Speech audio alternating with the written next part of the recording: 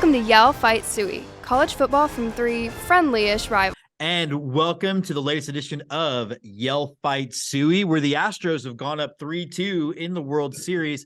Wrong show, but I'm going to enjoy this for as long as humanly possible. We are here with our favorite Razorback, wearing a pretty incredible, show it off, Scott, Arkansas hockey sweater. I've learned they're called sweaters and not jerseys as I've been to my first hockey game. Scott, right. No, how are we right, doing, man? eh? Yeah. No, yeah, sorry that I couldn't get a wider shot on this. But yeah, no, really liking the sweater, yeah. And the energy the boys brought out to the game. No, it was really good, eh? It's been great. You know, we're just trying to play like a team and keep everything together and do the best we can, Yeah. I'm at least glad. Celebrate with some poutine and Labatt's afterwards, and all the guys are really happy. It's like a guy from Little Rock went to Windsor. I got him right out of the gate. I got him. I love that we've got we basically have a strange brew moment going on, though I do think you're missing the mullet. Also here is our favorite Aggie and Kathleen Turner lookalike artist, or sound-alike artist, I should say, Andy Tom Chesson. I'm really working on my VO catalog right now, so thanks, appreciate it. Can I call you Blanche today? Can I just refer to you as Blanche? You can call me whatever you want. It's on Harvey Firestein. It doesn't really matter right now. Oh, I like it. No, I like what you're doing. I think it's going to be. Oh, a great what an amazing! Why did I just send my mom to Florida? What a great reference! We are off and running. Look at that. Well, 5 minutes in, no football. 5 minutes in, no football. Yeah, exactly. Yeah, that's what we ought to do. I will say that the Longhorns successfully beat off last weekend, so yay. I will also say that I was trying my best to distract myself from the last 2 innings of the Astros game last night, but even watching adult films did not distract me well enough. That's been my evening. Scott, let's talk a little Arkansas last week. How did it go? Well, it goes back. Arkansas fans are used to being so bad that when we beat you, you fire your coach. And so we had a little nostalgia last week as we beat Auburn and sent Mr. Harsin packing. No, Arkansas, coming off a bye week, Auburn was coming off a bye week. It had all the makings of a good game. It got close in the first half, and then in the second half, Arkansas pulled away. And I'll be honest, what stood out to me the most during that game was just honestly, there was no fire in the bellies of those Auburn players. Those guys, you could tell they didn't want to be there. Well, it kind of goes back to our discussion last week where we felt like this, like Harsin getting all weird about the transfer portal and such was a real symbol that he had lost the locker room at that point, right? Yeah, and now they cut ties with him earlier this week. Probably the right thing to do, especially with the way the transfer portal is. You really can't. You don't know who's looking at you already. You don't know who's thinking about coming that way. It kind of makes sense to me that schools are. It seems that schools are more frequently firing coaches earlier on in the season this year, but the game's changed, right? We don't just wait till the December signing period and then go out and try to rush. No, if you know things are bad, hook them and hook them in a different way, and get them off the stage and get on to the next guy. But from an Arkansas perspective, a great performance by the team. A little bit tougher in the first half than I thought it was going to be, because I really thought that Auburn was just going to come out and lay down. They did not do that. Yeah. So good game overall, and Arkansas comes away with that dub. All right, Andy, let's talk a little Aggie Ole Miss. I'd rather keep talking about Arkansas Auburn. Okay, well, there you go. I think, if you're just listening to the show now, we are prescient. We did talk about Brian Harsin last week, and you could have seen the writing on the wall. And I think one of the things, not unique to the SEC and not unique to Auburn, but certainly if Brian Harsin wasn't in trouble prior to this past weekend, The article about him messing with people's red shirts and threatening players never comes out. It's never written. Oh, Yeah. You start laying the groundwork through the media. The boosters tell the media, hey, you can go ahead and roast this guy because he's done. And all of a sudden it becomes open season to start digging up things. Good for Brian that that's the worst thing they could dig up. But Auburn is in a world of hurt. And the names Hugh Freeze is coming up as one of the big things. I personally think it's going to be a Matt Rule type guy, which is bad for the rest of the SEC West because he's a great coach. But it remains to be seen. It's hard in that state being under Alabama's thumb. Speaking of being under people's thumbs, Texas A&M continues to be under its own thumb, tripping over its dick, so to speak. This is as bad a season as any of our memories. We haven't had a losing season since Mike Sherman was here. So this is on the border of that. I thought we played okay against Ole Miss, except we couldn't stop the run. And it's endemic of a young team, again, that 1 week you're going to be able to do this, and the next week you can't do it anymore. So several games we've been able to stop the run. This week we couldn't at all and let their running back go crazy for like 209 yards.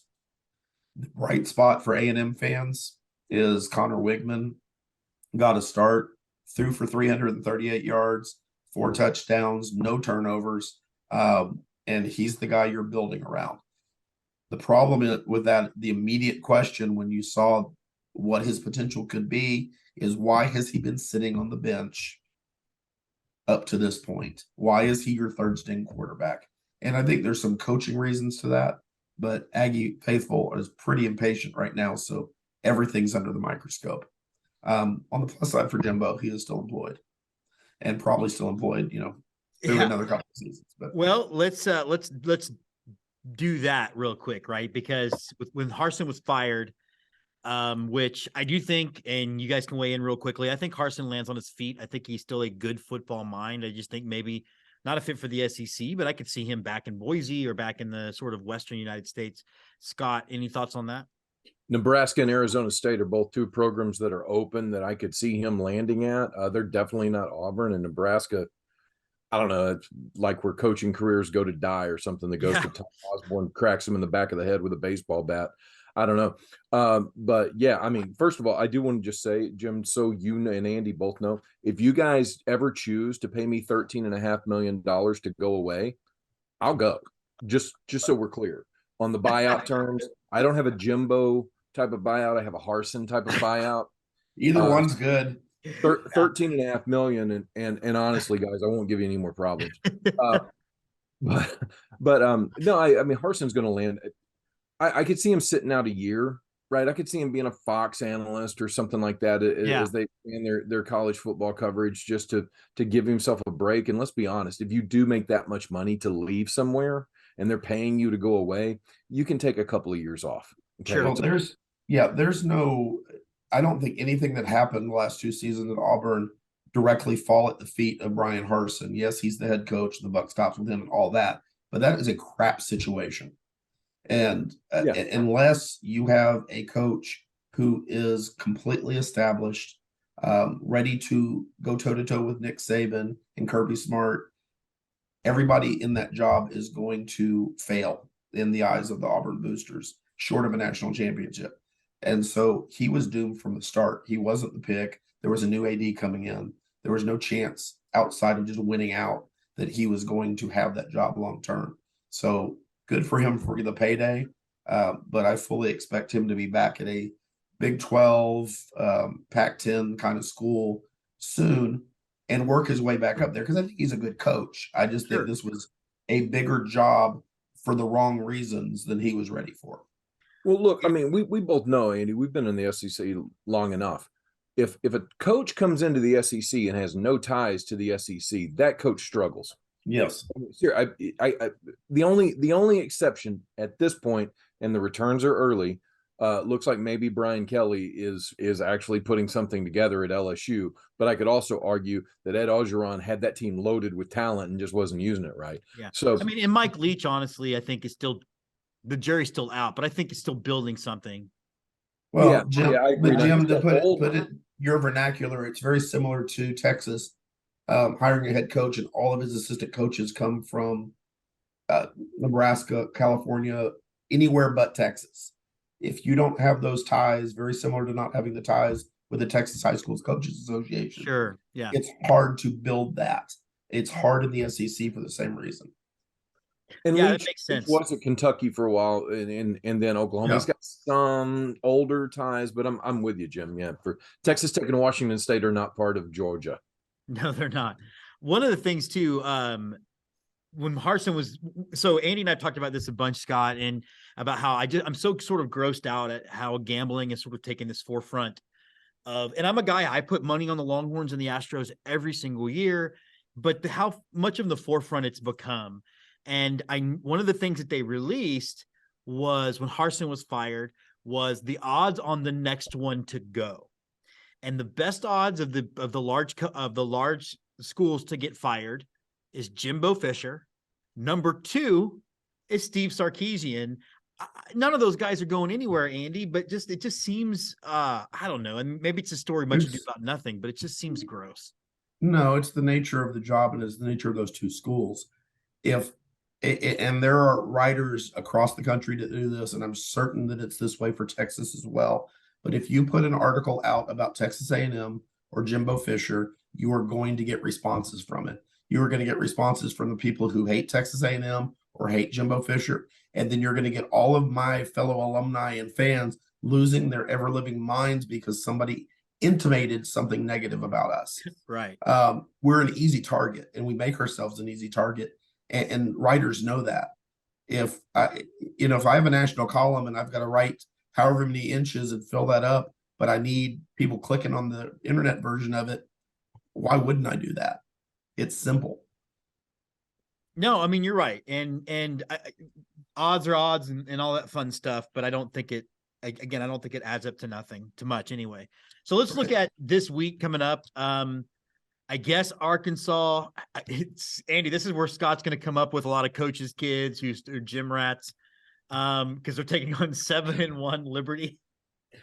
Hey, I just want to remember, guys, when we did a preseason look at this, and I mentioned that every team Arkansas plays went to the postseason last year, you guys gave me grief and some chuckles and some snickers about Liberty because they had lost Malik Willis. And I said, I don't feel that good about it because Hugh Freeze is still there, and he finds, look, we can like or hate Hugh Freeze. Hugh Freeze was just one burner phone away from still being a very successful coach at Ole Miss, though. Let's set that right out there. If he knew about burners, he had a track phone rather than an AT&T or T-Mobile. Hugh Freeze is still the coach at Oxford, but they're still, Liberty's a really good football team. They are ranked. They are 7-1. Arkansas is favored in this game. It's homecoming in Arkansas, which makes it feel like a trap. But yeah, Arkansas should be able to defeat the Liberty Flames this week.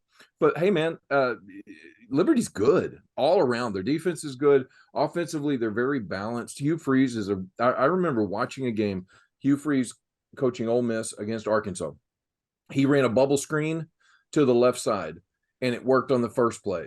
And he ran it again on the second play, and he ran it again on the third play, and the fourth and the fifth. Hugh Freeze is brilliant in his simplicity of his play calling, but he has really good routes built into his offensive plays, and they're tough. They're tough. And if it wasn't for whatever that woman's name was that Sandra Bullock played in that movie, and Michael Oher wind up going to Baltimore, then Hugh might still be coaching high school in Memphis, and I wouldn't have to worry about this crap. All right, Andy. A&M sits at 3-5. They have two, I think all things being equal, wins you can pencil in on the schedule with UMass and the aforementioned Auburn. Florida's coming to town. A&M is I believe, a 2-point favorite in that game. Overall, what are your first blushes? Is this going to be the next step in the right direction? First of all, I spent a lot of time on planes the last couple of weeks. There is a wonderful documentary on Liberty University called God Forbid out on Hulu right now. in regards to Jerry Falwell Jr. and his fall from grace, but Liberty is portrayed very nicely in that. So for those of you that are fans of Liberty University, enjoy the scandal. And we hope both of you enjoy it. Yes.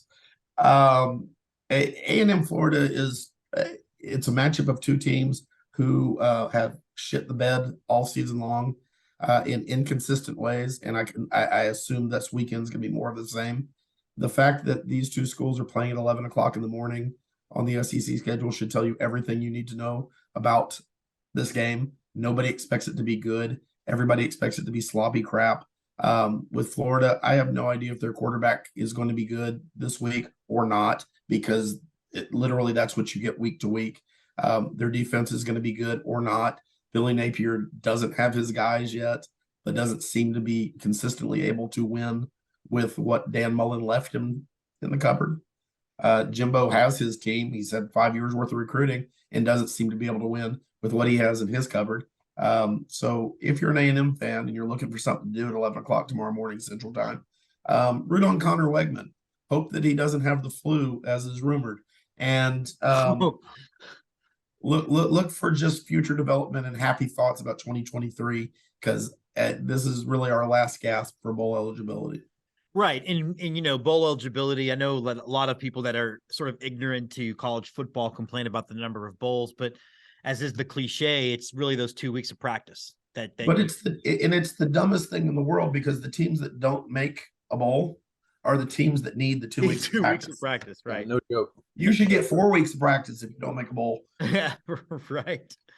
Well, except for the ones that don't have a head coach, I guess that those 2 weeks would be interesting practices. Hey, I'm sure you can find a Wade Aikman to run the practice for you. Totally. All right. Well, Longhorns are taking on Kansas State, which has been a bit of a bugaboo for the Longhorns. Well, really since the end of the Mac Brown era, and are inexplicably favored in this game. But haven't y'all beat them 4 years in a row? We have beat them 4 years in a row. I guess they were a bugaboo since Mac Brown left and before Snyder retired. And ever since then, we beat them 4 years. Oh, so you had the Bill Snyder issue. Yeah. Well, yeah, we had the Bill Snyder issue. You know, I don't know how Texas can be favored in any game right now. I am hopeful that they're going to get a win. I think what's going to be interesting to watch, and I know it's easy to say it's easy to watch the quarterback, but Quinn Ewers, will he bounce back from what was a pretty abysmal start last week? I am one of the only Longhorn fans out there that was okay with Sarkisian not pulling him for Hudson Card. I think that's part of what you have to learn how to go through these struggles. And I don't think this season is kind of a wash. You're really trying to still measure the mettle of your players, especially since Hudson Card is likely going to the transfer portal this year or next year. So I don't know what to think. I don't know that I like the fact that they're 3-point favorites, particularly since K-State is ranked number 13 in the country. But I guess I'll take it, and maybe the defense will continue to do what the defense has done pretty well this year. So, and kind of suffocate the Longhorns into a narrow win. Yeah, you know, Andy's talking about watching documentaries on Liberty. I actually watched the old 30 for 30 on Jimmy the Greek the other day, and they were talking about money lines and things like that. And the line's there to try to even out the money, right? To try to get the most money in, so the establishments have the most. So there must be a public push that Texas just feels or looks better. I don't know. I'm with you, Jim. Kansas State's looked really stout this year. They're well coached. Hey, Nebraska, if you're watching, maybe the way that they went about getting a FCS god as a coach and pulling him up, maybe that's a blueprint you might want to follow, Nebraska, since you're kind of geographically the same. Those coaches are around a little farther north. And so far what you've done, Nebraska, it just sucks. Kansas State's a mighty foe for Texas for sure, but I do think that if your quarterback's clicking, you can do a lot of damage in that game. I'm still buying stock on Texas. I think Sark has a good future coming. I don't think it's much of a mystery what's going on with Texas right now, and I know that based over the last decade that there's a lot of things you could look at. I think it is as simple as a young team and a young quarterback on the road not being as good and as comfortable as they are at home. And I think it's just as simple as that. I don't think you lose to Oklahoma State if it was in Austin. I don't think you lose to Kansas State if it's in Austin. Unfortunately, you've got to go to get down dirty Manhattan, Kansas. The Little Apple. A little apple, and go to Aggieville and enjoy a beverage. That to me is the difference, and I'm actually surprised Texas is favored because they haven't played well on the road yet. Their losses have been at Tech, their losses have been at Oklahoma State, and Kansas State, right, wrong, or indifferent, is a tough place to play on the road. It's so, and you know, maybe you get spared the cold weather at least, but it's. I think Texas should win. On paper, they're certainly a better team, but it'll come down to how quickly Ewers and I think the defense as a whole get comfortable playing on the road in a hostile environment. I don't know if they escape the cold, though. Yeah, we got a front moving through up here, boys. It's going to be chilly on Saturday. It's like 77 here, and I'm in Philadelphia right now. It's weird. It's coming. It's coming. That's because Philadelphia is only warm because there's been a lot of orange fire getting thrown around up there. Well, thought we would do something fun. I have Andy hidden because I'm looking at graphics. Did he roll his eyes at me, Scott? No, I think no, it wasn't an eye roll. It was just kind of a mouth agape type of look. All right. It's a person who is medicated to the hilt on over-the-counter medications, just trying to get by. Just trying to get by. I thought it'd be kind of fun, though, to start to put together our team's Mount Rushmores. And yes, spoiler alert, every single time that I'm hosting until we're done with football season, I will ask you to add another one to your Mount Rushmore. Any of you to jerkwad steal that from me, and I'll be quite upset. Andy, let's you go first, man. Your first person, if you're in College Station, you're building Mount Rushmore, which I've been to this year. When I went to see the Spearfish Sasquatch, incredibly impressive from afar and a little underwhelming when you get closer. So many things, too easy jokes. I'm going to go with the easy answer first because it's hard when you've got 125 years of football history to pick 4 people that are representative, because something's always going to get left out. There's certainly recency bias. But I think this guy plays well in any environment. His talent could have been used at any time, and that's Johnny Manziel. Whatever you think about him off the field, he was, for 2 seasons, the most dynamic quarterback to play college football in the last 30 years. And I'm including quarterbacks who had better results, like Vince Young, who won championships. Because Manziel didn't do that. That was the failing. But there was never a time where you felt like you were out of the game with him in the game. And a quarterback that's, yes, the talent, yes, the speed. His signature moment, of course, was that game against Alabama in Tuscaloosa when the whole world had basically said, why is this Big 12 school even in the SEC? They're going to get murdered. And came out and threw 20 points on them in the first 10 minutes of the game. He's that player. He's that guy that can put an entire 21 other guys on his shoulders and carry them to a win. You saw it in the Peach Bowl against Duke, where he willed that team to win down. I think they were down 17 points at one point, and just dragged the rest of the team across the goal line time after time after time.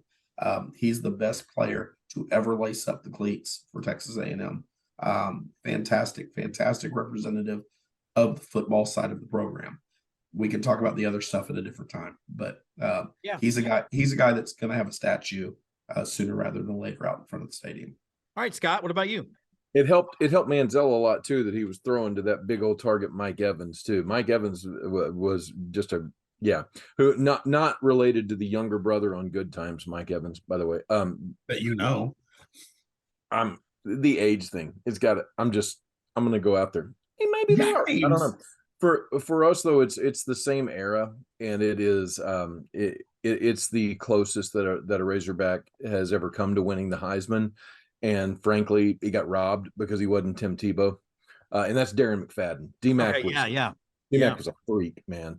D-Mac was rated as a 2-star coming out of Mayflower, Arkansas, and nobody had this guy on his radar. And then suddenly, at the last minute, everybody bumps him up to 4 stars, but he's already signed.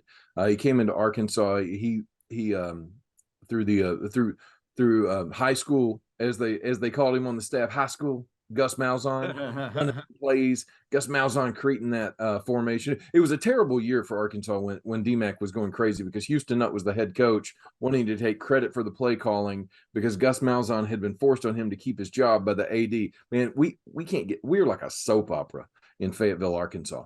But D-Mac, as the Walmart turns, yeah, no joke. D-Mac drove Steve Spurrier crazy.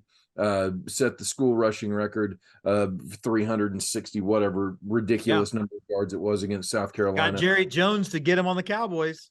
Well, he did eventually. He sure did. The D-Mac, there were a lot of people that were looking at go, okay, this guy's got freakish speed. Nobody ever expected him to have a really long NFL career in Arkansas, at least, because if you looked at D-Mac, he had long bird legs and he liked to try to run into people. That doesn't mean you're going to have a long career in the NFL.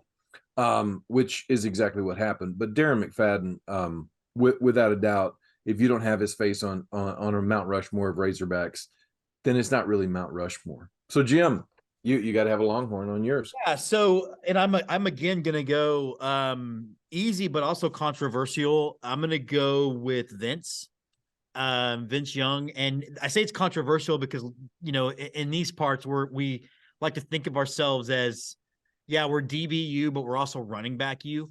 And I think we've kind of, in many ways, similar to Johnny Manziel, Andy, we kind of have retroactively looking at Vince Young a little bit differently because he wasn't successful in the NFL because of his issues after football.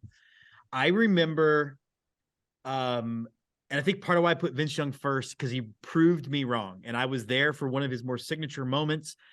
I remember not understanding why we benched Chance Mock. Chance Mock, I think, was one of the only quarterbacks that had an undefeated record and was in the Heisman voting and got benched because there's this guy named Vince Young.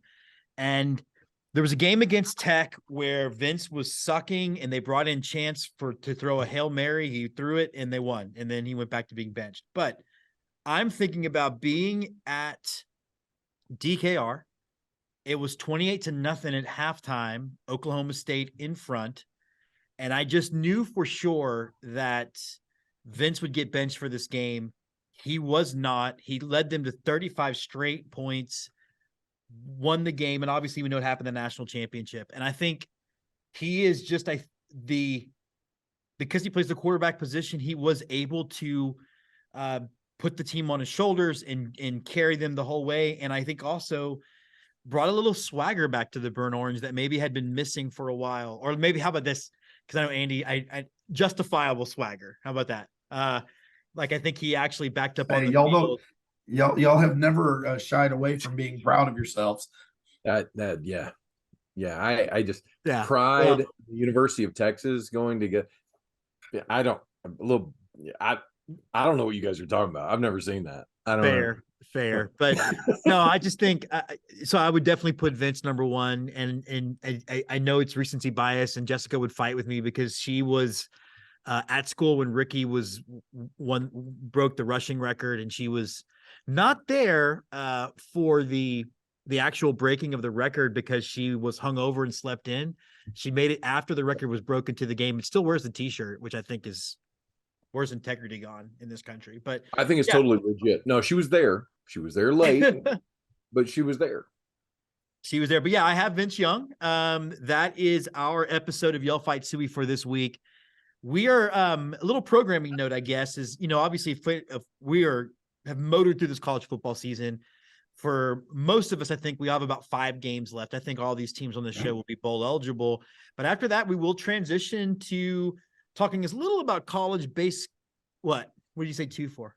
Two schools will be bowl eligible. There's one school that's going to take a minor miracle for bowl eligibility. No, we just just A&M will have 6 wins. The Longhorns will have 7. Can we buy them? Yeah, I think so. Do we get to buy a win? Like I get to buy more miles of my airline membership? I don't know if you spend 10 million on a win, that's 10 million off the buyout. All right. Look, until we're not, all three of these teams are going to be bowl eligible. I think A&M will beat Florida, and then that will be it. And then, but after that, we'll transition. We'll talk as little about college basketball as we have to until March, but we'll talk a lot of college baseball. So I'm looking forward to this becoming not just your college football home, but your college sports home for these three universities. Until then, I'm James Christopher, your local Longhorn, Hook 'em Horns. He is Andy Tom Chesson from your Texas A&M Fighting Texas Aggies. Yeah. And Woo Pig Sooie, Scott McIntyre himself. Hey, sorry. Y'all Fight Sooie is part of the Let's Get To network. Y'all Fight Sooie is produced by Twitchy Dolphin Media.